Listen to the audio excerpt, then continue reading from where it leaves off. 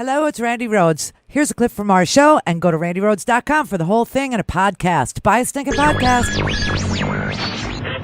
Mary had a little man. The fall. We believe that all men are created equal. To the magnificent mosaic that is America. From radio beacon to radio beacon. I have a dream today. Change has come to America. Believe me. Knock, knock. Who's there? It's a figment of your imagination. Randi Rhodes Show. Turn up your mind. Tonight, I want to speak with you about our nation's unprecedented response to the coronavirus outbreak that started in China and is now spreading throughout the world. China. Today, the World Health Organization officially announced that this is a global pandemic. We have been in frequent contact with our allies, and we are marshaling the full power of the federal government and the private sector to protect the American people. Is that true? This is the most aggressive and comprehensive effort to confront a foreign virus in modern history. I am confident that by counting and continuing to take these tough measures, we will significantly reduce the threat to our citizens, and we will ultimately and expeditiously defeat this virus. From the beginning of time, nations and people have faced unforeseen challenges, including large-scale and very dangerous health threats. This is the way it always was and always will be. It only matters how you respond, and we are responding with great speed and professionalism. Is any of that true? I say no. So, hey, everybody. I got good news before we, tell you how crazy things really are. The good news is Bernie Sanders won California, and so 81 delegates have not been allocated quite yet. It looks like 184 delegates will go to Bernie, and Biden will get 144 delegates. The actual total was 34% to 27%. And as I said, there are 81 delegates left to be appropriated to either. So we're still counting, and as long as America is counting ballots, I'm happy. But that thing last night, this was the Reassure the Nation speech, and the president decided that he would blame other countries for a virus. Other countries are getting blamed for a virus that, by the way, came from bats. That's where the virus started. That is what the virus, that's what the host of the virus is. It's bats. It's bats, everybody. And MERS was also bats.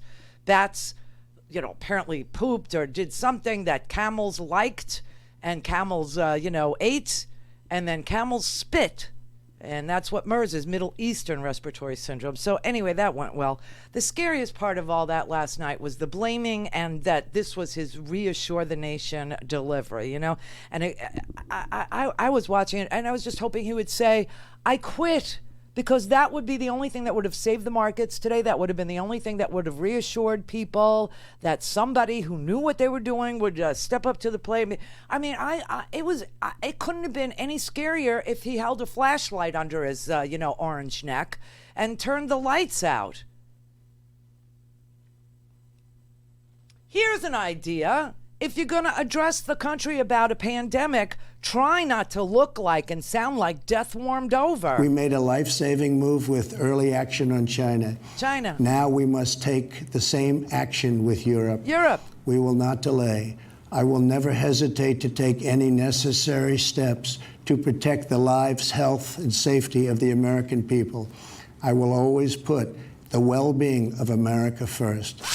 If we are vigilant, and we can reduce the chance of infection, which we will significantly impede the transmission of the virus.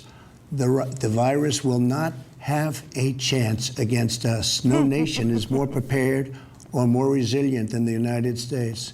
We have the best economy, the most advanced health care, and the most talented doctors, scientists, and researchers anywhere in the world. We are all in this together. Well, that's true. We must put politics aside, stop the partisanship, and unify together as one nation and one family. As history has proven time and time again, Americans always rise to the challenge and overcome adversity. Our future remains brighter than anyone can imagine. Acting with compassion and love, we will heal the sick, care for those in need, help our fellow citizens, and emerge from this challenge stronger and more unified than ever before. God bless you, and God bless America. There was nothing in there about testing. There was nothing in there about paid sick leave. There was nothing in that speech last night that had any details at all about any damn thing. All he could think of was another travel ban, and he got that wrong.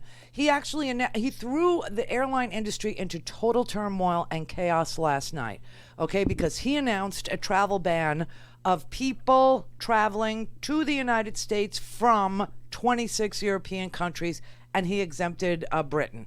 That's what he announced last night, okay? Turns out that right after that, we had to have our acting director of Homeland Security or some such thing, Cuccinelli, say, oh, no, this doesn't affect American citizens or naturalized citizens or American naturalized citizens' families or citizens' family. No, this has nothing. And so people were freaked out last night and trying to buy tickets because this ban. I mean, what is he going to ban the virus? I don't even know what he's thinking, that the virus has a nationality or the virus has a preference and it's not going to infect, it'll only infect non-American citizens. I mean, the man is deranged. Nothing about hospital beds, nothing about respirators, nothing about tests and a shortage of a chemical that we need, a reagent that we need that isolates the actual molecular structure of the virus, the RNA that that you use to identify the genetic makeup of the virus. You need this chemical, a reagent, in order to separate it out so you could actually test it so that you could put it in the test kit, right? They don't have this, nothing about any of that. Nothing about all of the things that are being canceled. Nothing. All he wanted to tell you is he cares about you. He loves you. Everything's good. I mean, if any truth ever spilled onto Donald Trump, it would be like sunbeams hitting a vampire and he would just disintegrate right there on TV. So sad. So now we find out a Brazilian official who was with President Trump at Mar-a-Lago and attended Junior's birthday party at Mar-a-Lago this weekend has just been diagnosed. He was tested for the virus and he was positive. A Brazilian, official, and the president doesn't want to get tested. I just hope Mike Pence decides, to use a mask when he kisses Donald Trump's butt, or maybe he'd be better off kissing his boots at this point. I mean, this is so unbelievable to me. And he's one of the few people that can get a test, and he won't get a test. It's just so unbelievable.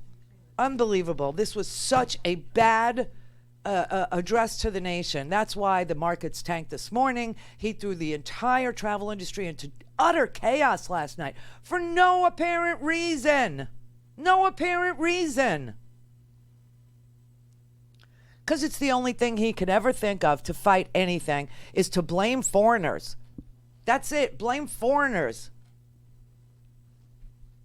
Has he ever made a statement that he didn't need to clarify or explain or change? No. But I just want you to know that the ban from these 26 countries in Europe has absolutely nothing to do with American citizens. People last night were actually paying $20,000 for a plane ticket.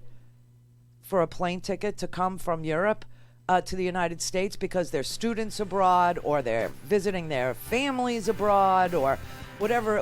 I mean, I just couldn't believe the chaos this man caused. Every time he opens his mouth, and not a word about what is really needed here, which is obviously testing. If we knew that we had it, if you knew that you had it, or if you knew that you were testing positive for it, I'm sure you would know to stay home. I'm sure Can you afford to stay home? I don't know. Depends on your situation. Did he say anything about paid leave? Did he say anything about free testing? Did he say anything about waiving the cost for hospitalization? God forbid. God forbid you need? No, nothing. He banned the virus because he declared it foreign, and he's banning it. It's here. We need to know who has. Go to RandiRhodes.com for the whole thing and a podcast. Buy a stinking podcast.